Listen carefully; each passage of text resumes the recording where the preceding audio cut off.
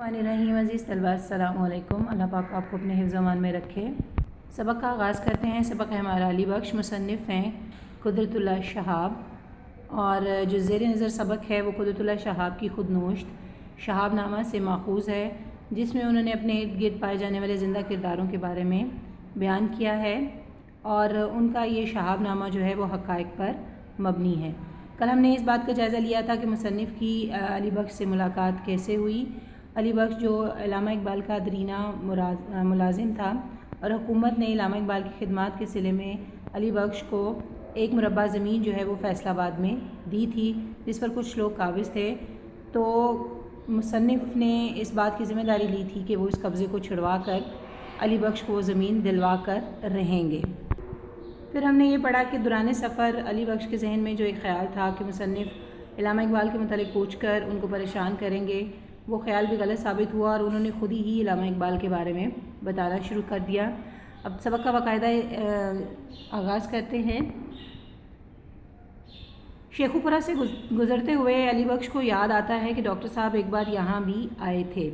यहाँ पर एक मुसलमान तहसीलदार महकमा माल का बड़ा अफसर जो डॉक्टर साहब के पक्के मुरीद थे, मुरीद कहते हैं शागिर्द को, यानी रूहानी शागिर्द थे, उन्होंने दावत दी थी। डॉक्टर साहब को पुलाव और सीख कबाब बहुत पसंद थे।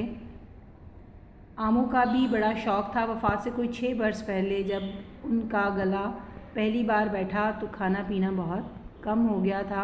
यानी अल्लामा इकबाल खुश खुराक थे और आम पसंद था उन्हें, पुलाव और सीख कबाब पसंद था, खोशका और शबदेक बहुत शौक़ से खाते थे।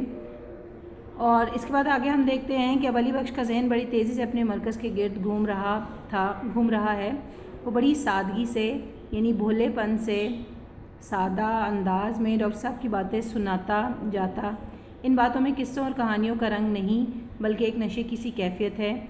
जब तक अली बख्श का ये नशा पूरा नहीं होता, ग़ालिबन उसे ज़हनी और रूहानी तस्कीन नहीं मिलती, यानी उसका दिल और उसका जहन जो है वो सुकून हासिल नहीं करता। जब डॉक्टर साहब ने दम दिया यानी जान दी या इंतकाल किया, मैं उनके बिल्कुल करीब था। सुबह सवेरे मैंने उन्हें फ्रूट सॉल्ट पिलाया और कहा आपकी तबीयत बहाल हो जाएगी, ठीक हो जाएगी।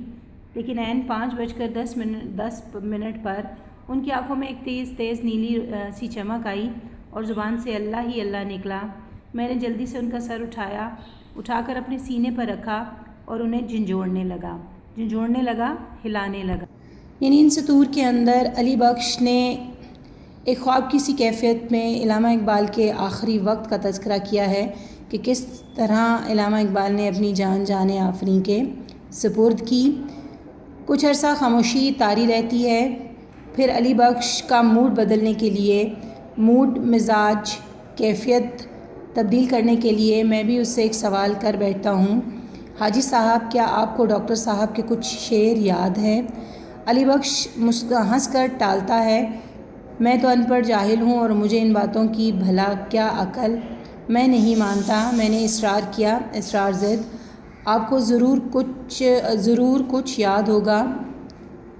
कभी ए हकीकत मुंतज़िर वाला कुछ याद है।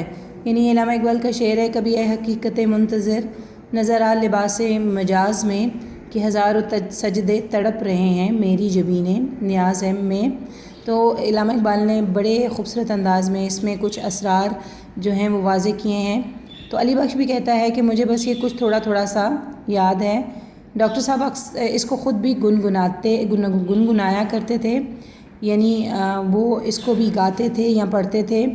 डॉक्टर साहब आम तौर पर मुझे अपने कमरे के बिल्कुल नज़दीक सुलाया करते थे। रात के 2-2:30 बजे के दबे पाँव उठते थे, वज़ू करके जाए नमाज़ पर बैठते थे। नमाज़ पढ़कर देर तक सजदे में पड़े रहते, फारिग होकर बिस्तर पर आ लेटते।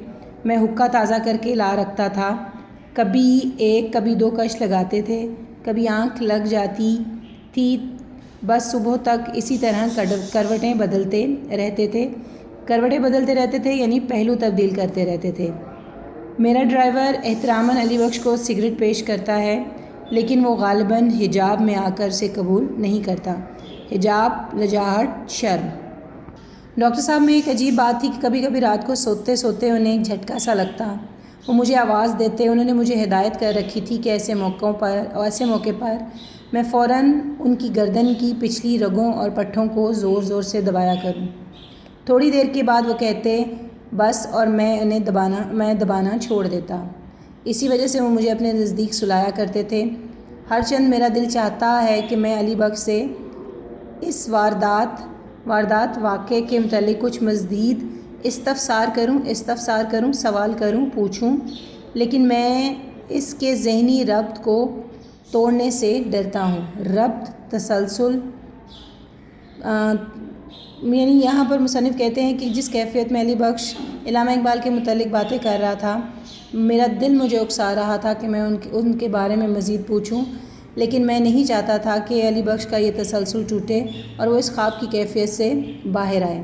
تو عزیز طلبہ، آج کا سبق یہیں تک۔ انشاءاللہ کل اپنے سبق کو آگے لے کر چلیں گے۔ اپنا بہت خیال رکھیے گا۔